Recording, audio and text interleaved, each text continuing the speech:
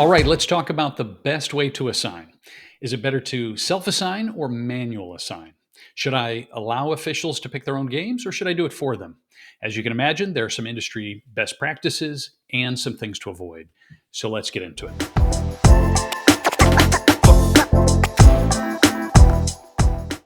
Hi, I'm David Van Wiggeren. I'm a co founder of Notch Sports, a certified soccer referee, and president of a recreational soccer league. And I've been assigning and paying sports officials for years. I've spoken with hundreds of assigners across the country. And it always amazes me how many different techniques and processes and technologies go into assigning officials to games. But when it comes down to it, there's really two different types of assigning: self assign and manual assign. So, what is self assign, also called self request?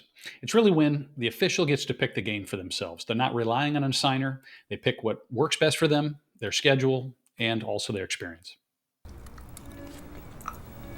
I always get what I want. Okay, so what's manual assign? Manual assign is when the assigner typically asks for the availability of the official and then goes through one by one and assigns each official to each game.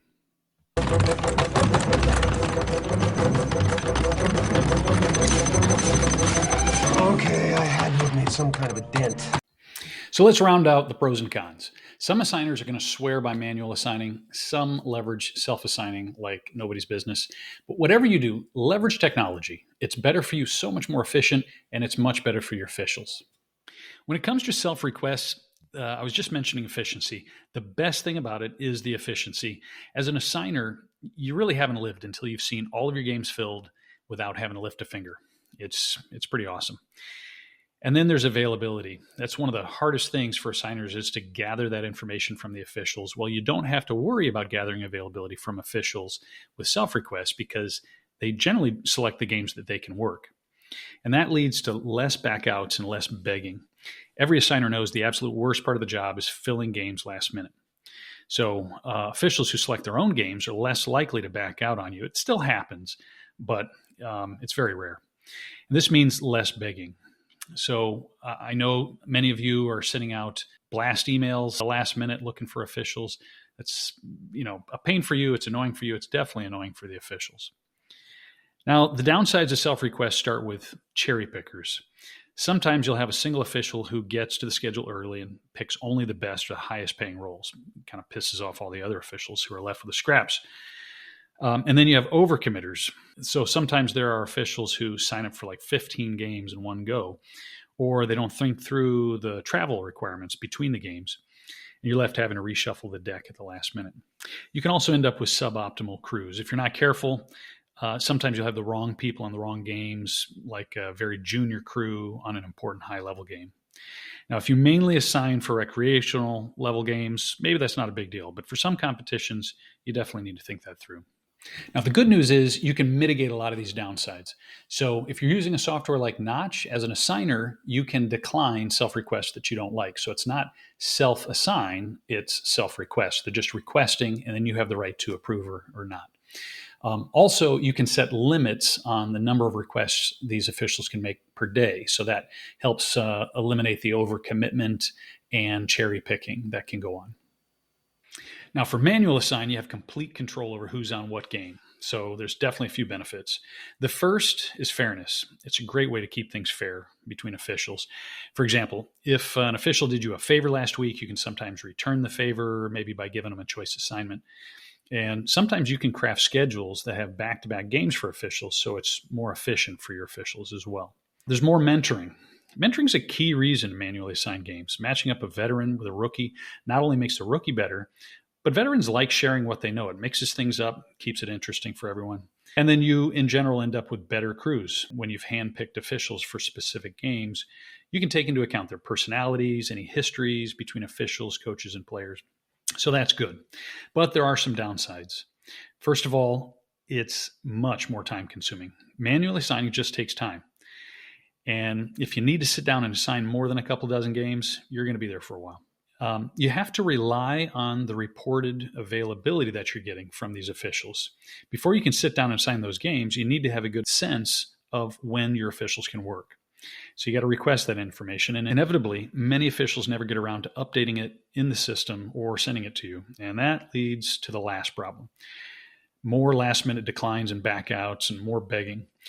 On average, you end up with more declines and rework when you manually assign than when you allow self-assign to happen. Again, there's still issues with both, but there's just a bit more if you're trying to manually do it. The worst is when officials back out right before game day. So there's definitely some benefits, but also some downsides of this as well. The key question is, how much manual assigning should you do? Where should you draw the line?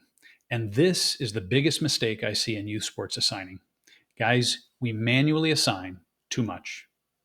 I've heard a million reasons why manual assigning is critical to some assigners' business. And for sure, in some cases, it's totally legit. But in general, we could really help ourselves by giving up some control and giving more opportunity to officials. So let's get into the specifics of how you can do shared assigning.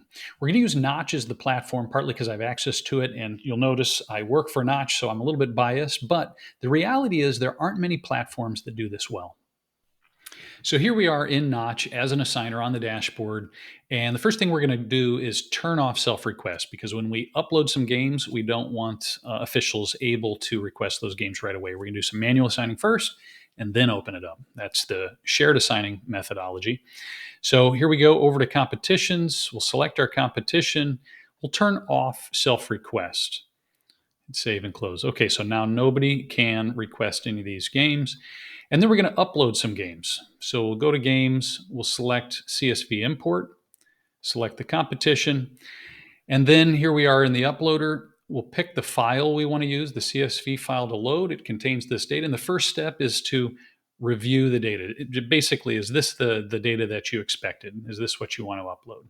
The next step is mapping the fields. Our template for the CSV file already has all those fields mapped, but if you're using a separate file, you can do your own mapping. And then the last step is data validation. Let's check to make sure all the data we're about to upload is good. And what you'll notice is we actually have a couple of errors here. Under the age group, we have U13, but this competition doesn't have U13. So we can fix that here, make that U12. Looks like our location, we have a typo. So let's fix that. We'll pick the right location for this competition. Okay, the data is clean. Go ahead and upload that. And the next thing we're going to do is manual assign, as if we're trying to provide a certain referee some mentoring. So as soon as this is done, we'll go over to assign, and we'll find the games that we had just uploaded. I happen to know they're in June. So we'll select that, that custom date range. And then here we go. Here is a U14 game on Saturday at 9 a.m. And we can see who's available for that game. Let's go ahead and take a solid referee. We'll put Andy as center ref. Caleb's a relatively new official, so let's put Caleb in there. And then another solid person. What do we go with? Maybe Christian as our AR number 2. Okay, so Caleb's going to get a great experience. A solid center ref, great AR. Caleb's going to get some excellent mentoring when this game happens. All right, so we have done some manual assigning. Now it's time to turn self-request back on. So we'll publish this and head back over to competitions and turn on self-request. So you can turn on self-request and also set the number of requests per day, your limit for the number of requests per day. We'll set it to 4 here. All right, save and close, and we are good to go.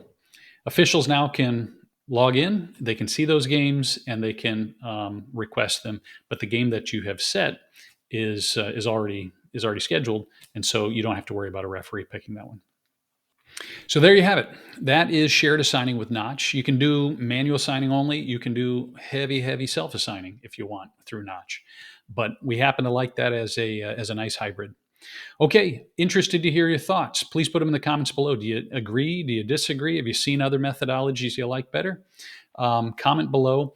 And as I always say, if you've made it all the way through this video, you are a true hero of youth sports, and we'll catch you on the next one.